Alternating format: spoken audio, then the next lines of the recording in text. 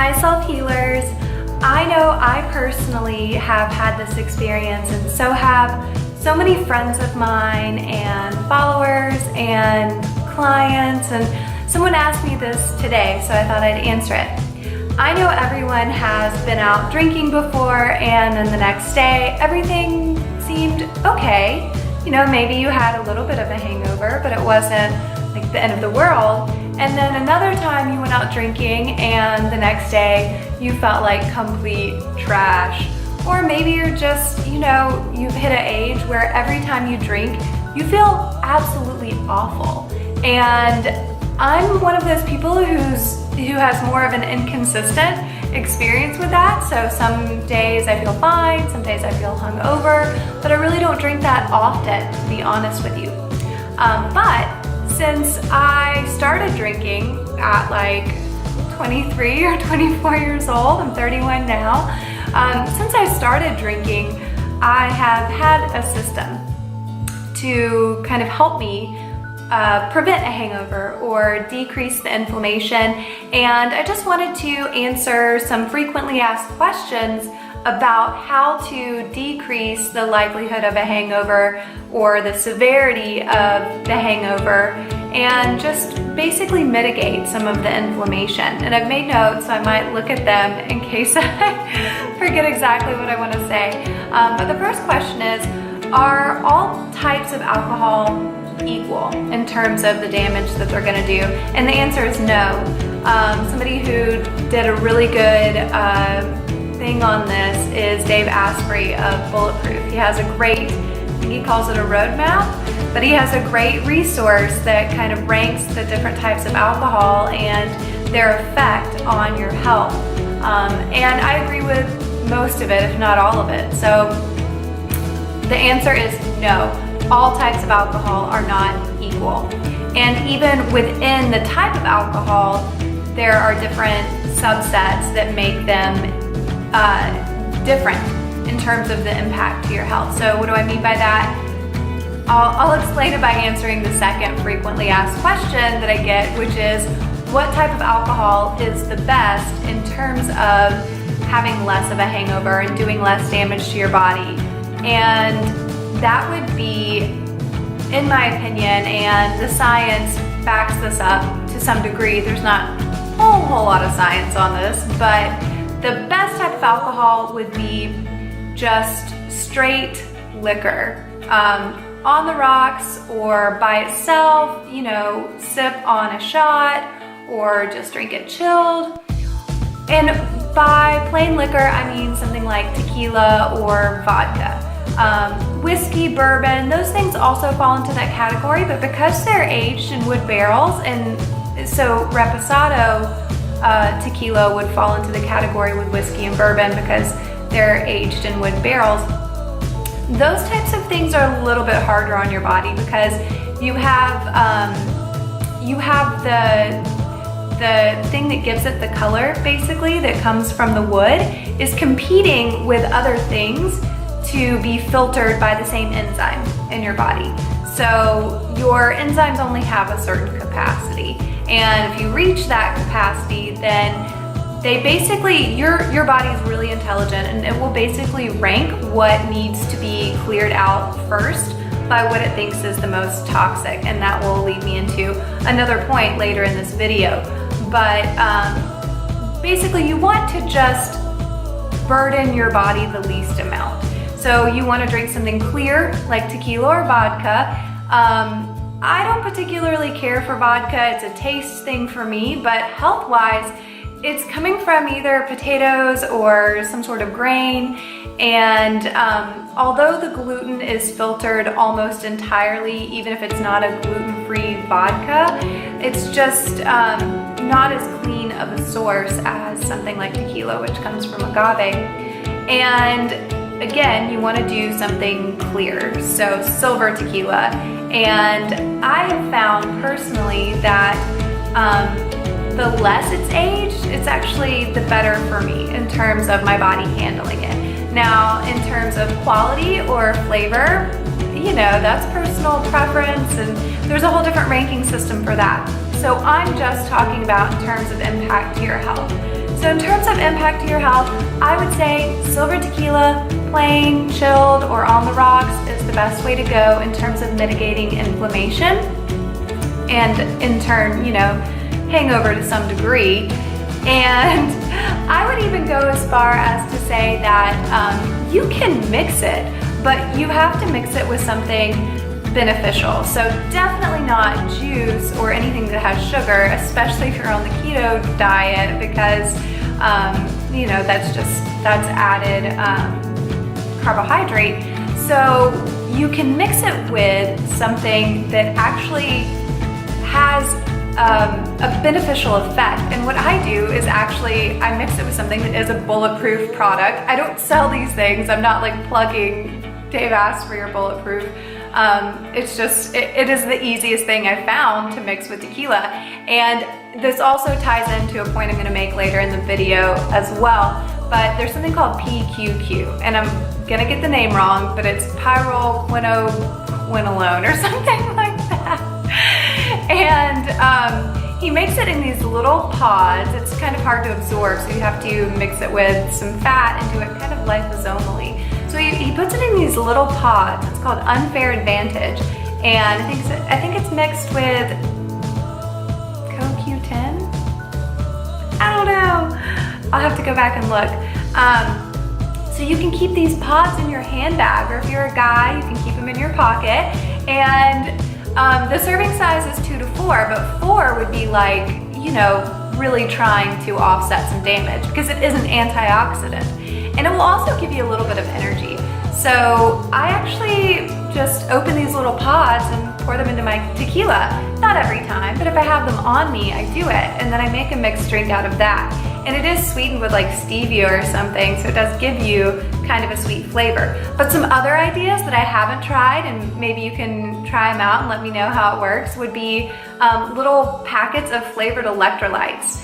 And again, that ties into another point that I'm gonna make later in the video. So keep watching and all of this will really make sense to you. In terms of ranking the other types of alcohol and how good or bad they are, I would say certain types of wine are better than others, but wine is definitely not the best that you can do in terms of impact to your health. And of course, the serving size matters. So if you're binge drinking any of these, then you're binge drinking. And the same thing is true with wine. You can microdose wine, and there are some studies that say certain types of wine microdose may actually have a beneficial effect. But drinking a glass of wine is not beneficial for anyone. I fully believe that.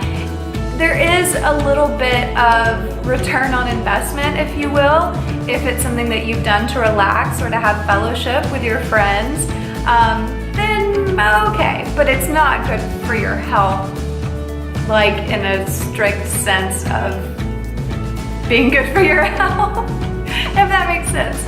So wine, okay, but if you drink dry farmed wine, which that's actually a brand name, you can join a wine club that will just send you dry farmed wines, but it's also a process. So dry farming a wine is like the old world way of making wine before irrigation, and there are a couple of dry farmed wineries in the US, but for the most part, we don't have the climate to do that, and it's not as profitable to do. So in the US, you won't find a lot of dry farmed wines. So a dry farmed wine, especially if it's lab tested, the brand Dry Farm actually does test their wines for things like pesticides and, you know, sulfites and mycotoxins. I think there's a bunch of different things that they test for. So if you love wine, then maybe microdose it or just try not to binge drink it, and doing something dry farmed imported from another country. I will say, even if you import it from another country, they will send you most likely wines that were made to be imported into the US. And those have a different standard in terms of what they can include in those wines. So you really have to get down to the nitty gritty if you're really concerned about your health and you want to drink wine regularly. Of course, 80-20 rule, everything in moderation, don't go overboard. So other than that, I would say probably the worst thing you can drink is beer. It's made from yeast. It's not compatible with the ketogenic diet. I know a lot of my followers are people that want to stay in ketosis even when they drink, and it is possible, but you're going to need a little outside help, especially if you're binge drinking. And maybe people don't binge drink, but my experience is that they do. I'm 31, and to be honest with you, I binge drink probably twice a year. That's it, and only with friends. I'm not like sitting at home binge drinking by myself. But you know, you can drink and still be okay. But beer, I don't think so. I don't think that beer is on the list of things that are good to drink. So yeah, to answer that question, are certain types of alcohol better than others? Yes, and which ones are they? Now you know. So the third frequently asked question is there some sort of practice or routine that will offset the damage of alcohol? And I say yes, there is, and I'm gonna give you mine. First, I'm gonna go through generally speaking. So when I talked about earlier in the video enzymes having a certain capacity, I'm gonna expound on that now. So part of the reason you get a hangover from alcohol is because alcohol forms an aldehyde in your body when it's consumed. And there is an enzyme that basically turns aldehydes into something non-toxic so that your body can excrete it. That's part of phase 1, phase 2, and phase 3 detoxification that takes place in the liver. And your body naturally creates an aldehyde. Just in the process of living, your body creates an aldehyde. And your body actually perceives that aldehyde as more toxic than the type of aldehyde your body creates when you drink alcohol, which is formaldehyde. And obviously we know formaldehyde isn't good for you. So that's the problem with hangovers and drinking, especially with binge drinking, is that you only have a certain amount of that enzyme, and it doesn't prioritize the formaldehyde that your body produces when you drink alcohol. It produces the native form of aldehyde that your body produces, which I think is ketoaldehyde. I'll double check on that. So you can offset that actually, because that enzyme is actually produced with the help of folate. And our diet can provide folate, and if you provide your body with a little extra folate, then you can actually increase that enzyme's capacity to a certain degree. So that was the first hack that I learned. The first biohack I learned for drinking was to take some extra folate. And at the time I took methylfolate, but I'm actually going to recommend a different kind. Well, I'm not going to recommend it because I'm not recommending supplements in this video, but I will tell you what I take now. So I started with methylfolate, and I'll explain why a little bit later, but now I take folinic acid, not to be confused with folic acid. I take folinic acid, and I take a kind that you can dissolve in your mouth. I think Seeking Health is the brand. Again, I don't sell it. And then every day I take a supplement that has folic acid in it, which I don't recommend, but I love this supplement and that's what's in it, so whatever. But that can help you increase your ability to process the toxins that your body produces in reaction to consuming alcohol. So the second thing is that supplement I take that has folic acid in it that I love. It falls into a category of things that I consider targeted nutrient therapy. I have a whole chapter on this in the Self Healer program, targeted nutrient therapy. It is one of my absolute favorite chapters and favorite topics of all time. It is the pharmacogenomics of nutrition. So it is looking at your genetics and feeding your body targeted key nutrients to either activate genes or just kind of support your specific gene polymorphisms. Everyone has polymorphisms, so that's what makes us unique individuals. And you can take certain targeted key nutrients to help your body detox and to help activate genes like the self-healing mechanism. And I take 2 different things that do that. I take Thrive every morning, and I take Protandim when I muscle test well to it. I muscle test well to Thrive every day. Protandim, sometimes I have to, take some other things to support my other phases of detox before I'll muscle test well to it. If you don't know what muscle testing is, drop a comment below. I will put a link in here to explain that more. Muscle testing is something that I use in the Self-Healer program, and it's something that I use on myself every day. It's a big part of how I healed from mold illness, connective tissue disorders, all kinds of things. Back to what I was talking about. Thrive, both of these things are MLMs, multi-level marketing things. And I'm disclosing that because I do sell Thrive, or I don't sell it, but I have a link that you can buy it from. So yeah, I do that because I believe in it and I take it every day, and I don't want to pay for it. So if somebody buys from my link, then I get it for free. But same thing for you if you buy it and then give someone your link. So I want to disclose that, that I do get paid to say that in essence. Protandim, even though it's an MLM, I never signed up as a distributor or promoter, so I don't get paid to say that, which is crazy because I have clients taking it on my recommendation, but they buy it from the person that I buy it from.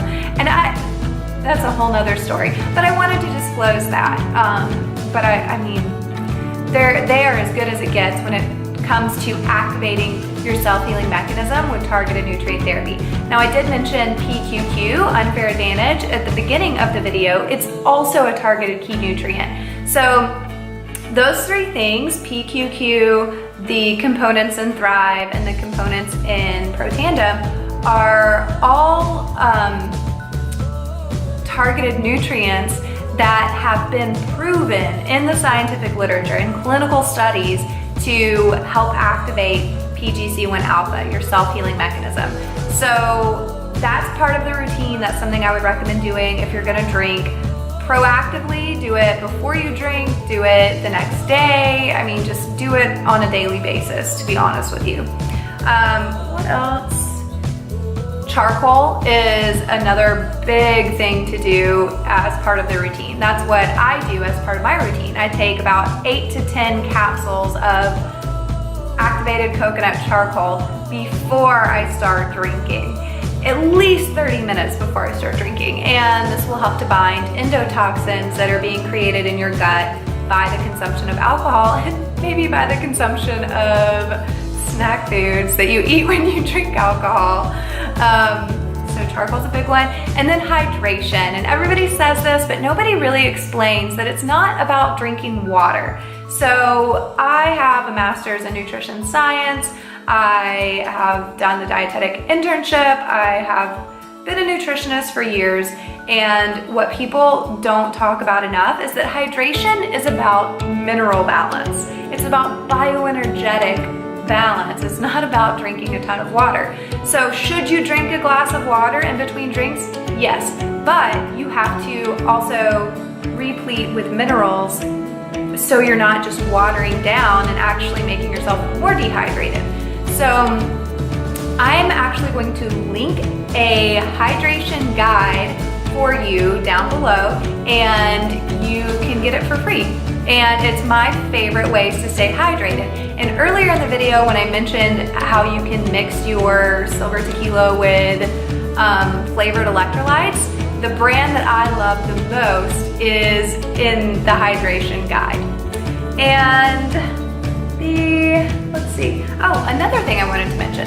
So you can also decrease the impact of alcohol on your system by planning it around your hormone cycle if you're a female. So because our enzymes only have a certain capacity to filter out multiple things and they prioritize certain things.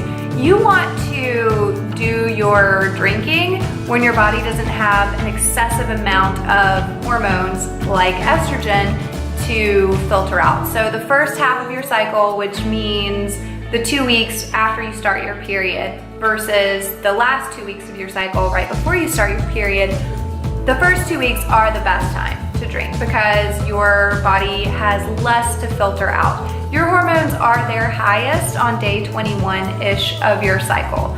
So if you drink a lot on day 21, your liver has a lot to filter out already. And the last point I want to make is that there are some contraindications to the things that I have pointed out in this video. So folate, folic acid, folinic acid, methylfolate, any form of folate is contraindicated if you have a history of reproductive cancers. That means cervical cancer, testicular cancer, and probably also digestive cancers, even though that's not reproductive. But folic acid or folate will cause your cells to proliferate, and there are certain types of cells in the body that proliferate at a higher rate anyway. And if you are prone to cancer, then folate, we don't think, can differentiate between which cells it helps proliferate and which cells it doesn't. So that's the caveat to that. If you have a history of reproductive cancer or possibly any cancer, you might not want to take extra folate. But again, with anything, you want to talk to your doctor before you do it, including drinking. Talk to your doctor before you do it. Another consideration is if you have an MTHFR defect or any other defect in the methylation pathway, then you may be at a position to benefit even more from taking folate when you drink. In fact, you may be in a position where you should be taking folinic acid every day, or you may be in a position where folate could cause other problems if you take it. So again, talk to your doctor, but also if you want to know more about that, get with me and I can help you figure out if you are an undermethylator, an overmethylator, or if it's possible that you have, methylation pathway defects and if they're even impacting you at all. So that's one thing.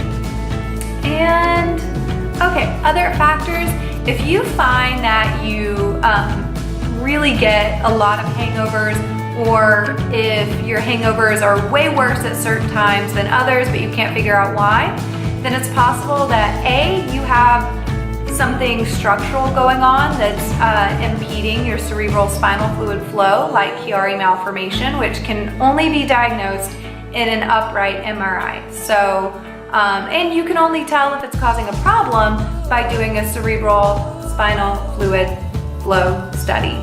So, those are things you want to get with your doctor on to figure out. If you have a family history or a personal history of genetic connective tissue disorders, then you are at higher risk for Chiari malformation. And then B, the other thing that could be causing you to have more severe hangovers is something like chronic inflammatory response syndrome, aka mold illness, that causes your ADH, your antidiuretic hormone, to be low. So you may already be dehydrated and then you're doing something to your body that dehydrates it infinitely more.